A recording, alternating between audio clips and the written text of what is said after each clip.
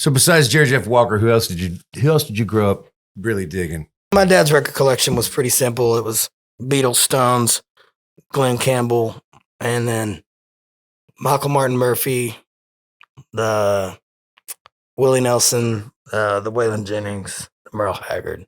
You know, the stuff that was in the 60s and 70s that Sounds like you had good taste. he was listening to, yeah. So Your dad's a preacher, right? preacher, you know, but like in the 6th grade, Pure Country came out, so I wanted to be George Strait more than anybody on the planet Earth. I probably wanted to be Mark Chestnut at some point. All that 90s country, I could sing you every song. It's a really fun trick because we put it up on the bus and like I'm one of the only guys in the band that can sing every word to the 90s country. Like, Do you think growing up in the church, you know, like the preacher's daughter was always the craziest one in school?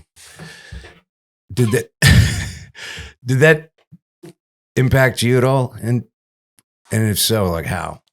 I think it impacted me after I was gone. So like my dad didn't take me hunting and let me drink a beer with him.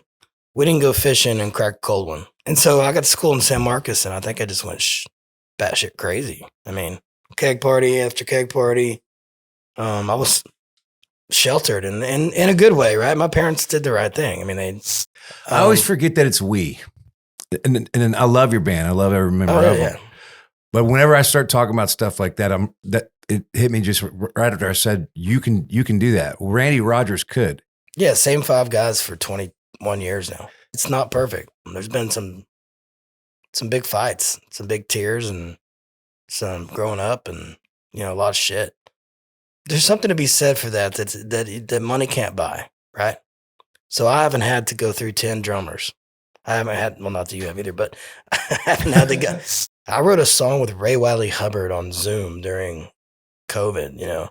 That's insane. That's insane. Who would have thought? Who would have thought that, you know, Judy was like on the computer, like, okay, here we go, you're ready. And Ray like got into the frame. He's like, hey, Randy, what's going on? It's awesome. Who would have thought in 1977, Ray Wiley Hubbard would be writing a song on Zoom? Yeah, so. How did you and Radney work? I know he's pretty COVID restrictive.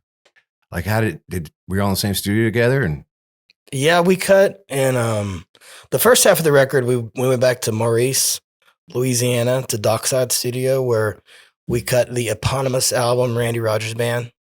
We went back to that studio, and it's on the bayou. It's in the middle of nowhere, outside of Lafayette. The second half of this record, we're going to make at Cedar Creek, here in Austin. When's the last time you were there? Well, Wade and I have been making records there. Okay. I hold my beer records with Lloyd Maines. Yeah. Been making records there. But for Radney, it's a homecoming of a sense. Exact same band that tracked Roller Coaster. So the first record we made with Radney, we're going back to the same studio with the exact same band. That'd be cool. And what was that, 20 years ago? Almost, yeah. Wow. So that'll be interesting to see just the vibe and what's changed in all those years, you know, compared to how it is now. But I'm excited about that opportunity to put that group of people back together. That'll be fun. Yeah, because everybody's always said, hey, man, like, when are you going to make another record like Roller Coaster? You know, I'm like, well, that was just magic. That wasn't something that, you know, that anybody could. That's your version of I like your old shit better. But yeah.